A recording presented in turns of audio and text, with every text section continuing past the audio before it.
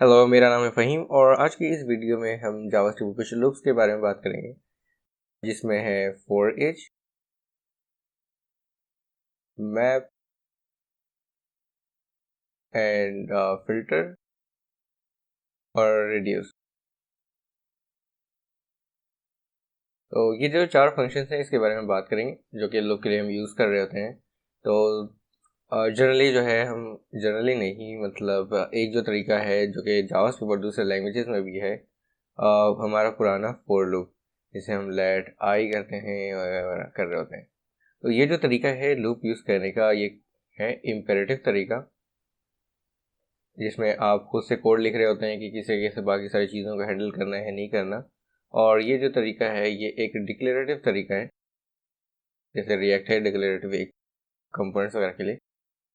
तो इसी तरीके से जो ये डिक्लेरेटिव तरीका है लूप के लिए, तो ये सारी चीज़ें जो ये चारों चीज़ें ये आप फोर लूप के ज़रिए भी कर सकते हैं, और फिर आपको जो कोड है वो आपको दोबारा लिखना पड़ेगा। तो जावास्क्रिप्ट जो है आपको बिल्ट इन कुछ चीज़ें दे रहा होता है, फंक्शन जो कि आप डायरेक्टली यूज़ कर सकते हैं और जो काम आपने करना है वो कर सकते हैं। तो एक एक करके देखते हैं कि इसमें क्या क्या चीज़ें हैं जो कि हम कर सकते हैं। तो सबसे पहला जो है वो है फॉर ईच। तो एक वो हम अपने पास एक एरे कर लेते हैं। ये मेरे पास एक एरे है, ठीक है, जिसमें मेरे पास 4 एलिमेंट्स हैं।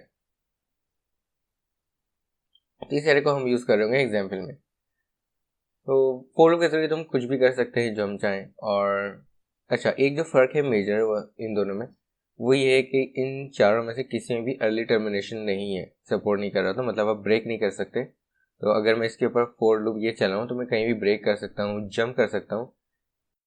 जैसे आई प्लस प्लस करते हैं या कुछ भी वेरिएबल का नाम है और हम कर सकते हैं आई प्लस इज इक्वल टू 2, मतलब जंप कर रहे हैं, वो आप नहीं कर सकते।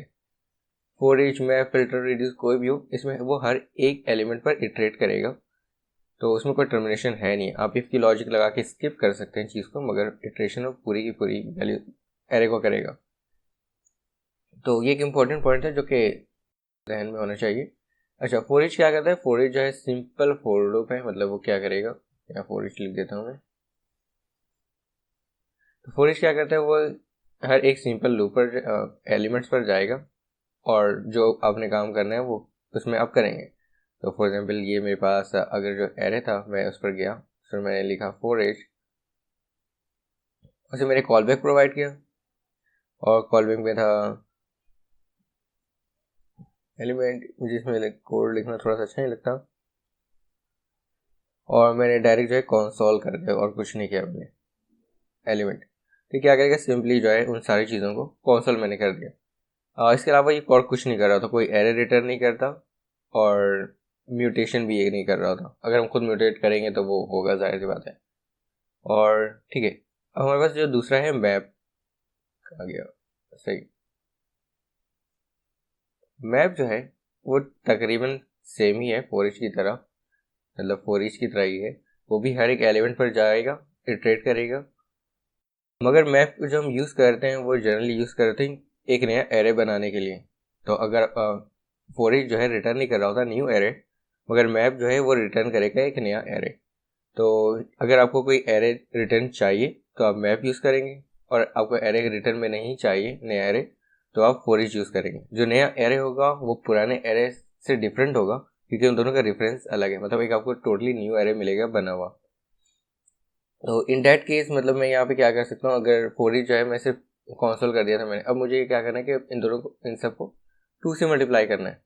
तो फोर ईच से भी मैं वो कम कर सकता हूँ, मगर फिर मुझे क्या करना पड़ेगा, यहाँ पे करना पड़ेगा वेर न्यू एरे, कुछ नाम मैंने कर दिया, और उसमें फिर मैं क्या करूँगा, यहाँ पर डॉट पुश करके उसके अंदर ऐड करूँगा, क्योंकि नया एरे तो मल्टीप्लाई करके कहीं पे रखना है।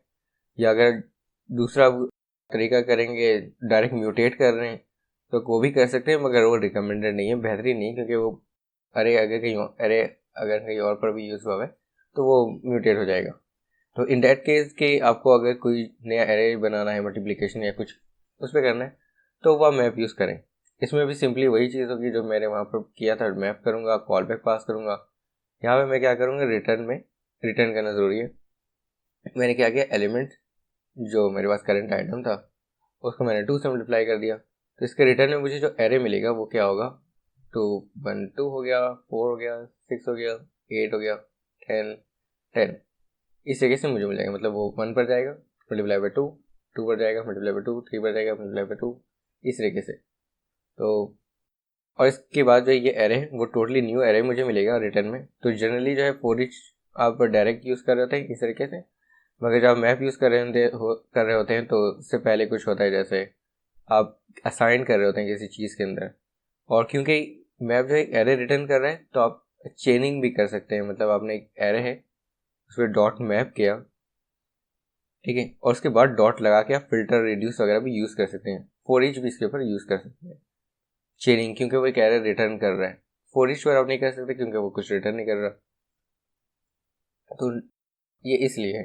जो नेक्स्ट है हमारे पास वो है फिल्टर। फिल्टर जो है वो मैप की तरह है। मतलब ये एक एरे रिटर्न करता है मैप की तरह, और ये भी जो है हर एक एलिमेंट पर जाएगा, इटरेट करेगा। ये चारों फंक्शन से वही कर रहे होते हैं। फिल्टर और मैप में क्या फ़र्क है कि मैप जो है हर एक एलिमेंट को रिटर्न करेगा, मतलब इन सब में इसने रिटर्न कर दिया।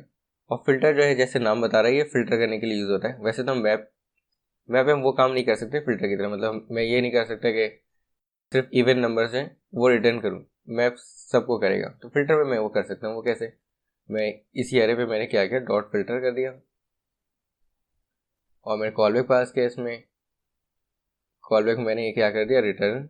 इसमें आपको ट्रू या फॉल्स रिटर्न करना पड़ता है। अगर ट्रू आपने रिटर्न किया तो वो आइटम जो है वो रिटर्न करेगा एरे में, और अगर नहीं किया है तो वो फॉल्स अगर रिटर्न किया तो वो नहीं होगा। तो मैंने ये क्या कर दिया कि जो आइटम मेरे पास अभी करेंटली है उसको मॉड्यूलो किया मैंने 2 से। अगर 0 के इक्वल है मेरे ख्याल से, शायद सही कर रहा हूँ, तो वो रिटर्न कर देगा 2 और 4। मैप में भी काम मैं नहीं कर सकता, फोर लूप के जरिए बिल्कुल कर सकता हूँ। उसे मुझे इफ़ की कंडीशन लगानी पड़ेगी कि ये इफ़ के अंदर आ जाएगा, और अगर है तो मुझे पुश करना पड़ेगा कि न्यू एरे के अंदर। फिल्टर भी जो एक न्यू एरे रिटर्न कर रहा है तो मैं इस पर भी चेंज कर सकता हूँ। तो ये मैं कर सकता हूँ कि मैप के बाद मैंने यहाँ पे डायरेक्ट फिल्टर कर दिया। बेहतर तो ये है कि आप पहले फिल्टर यूज़ करें उसके बाद मैप करें, क्योंकि फिल्टर करेंगे तो आपके जो नंबर ऑफ एलिमेंट्स है वो कम हो गए।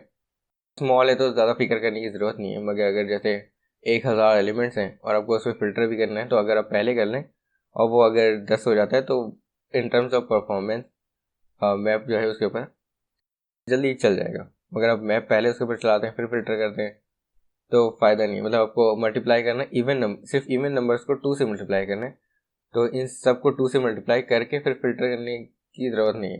खैर वो डिपेंड करता है टोटली कि आप करना क्या चाहते हैं, क्योंकि आउटकम्स भी डिफरेंट होंगे।